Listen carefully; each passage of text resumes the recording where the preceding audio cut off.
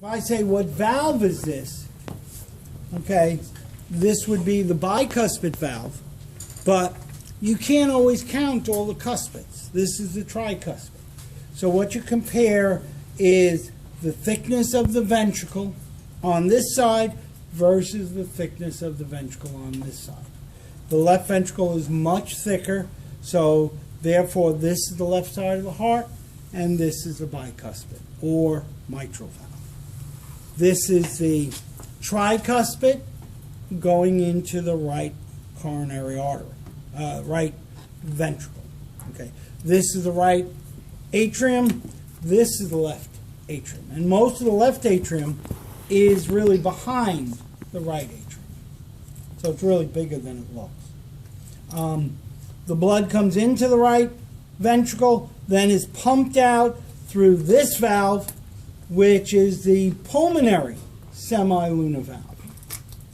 And then it goes to the lungs. It comes back by these veins into the left atrium, and these are the pulmonary veins. They go into the left atrium, then through the bicuspid or mitral valve into the left ventricle, and then is shot out through the back upper part of the left ventricle into the aortic semilunar valve, which you could see from the top. This is the interventricular septum.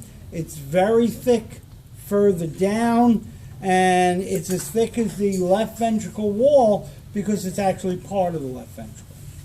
It does thin out near the top as we're getting close to the atriums. And an infant that is born with a hole between his ventricles, that hole is going to be up here. Okay, what else? Give me that side? No,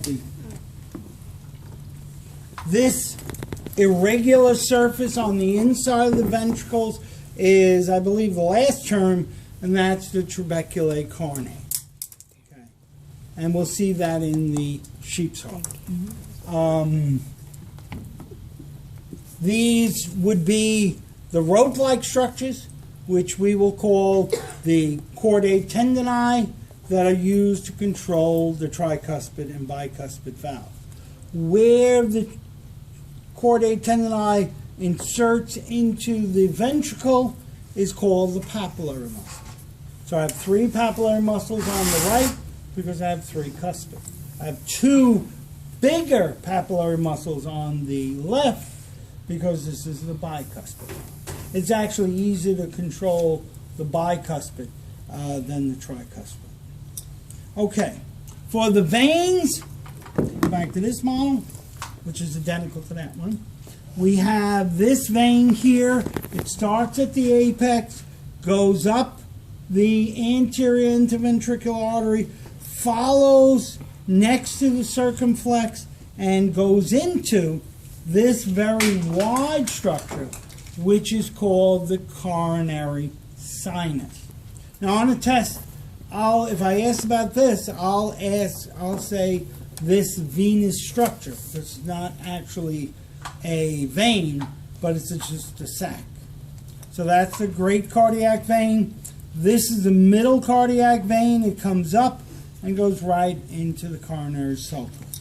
And both the middle and the great going into the coronary sulcus will empty their blood into the right atrium, right here.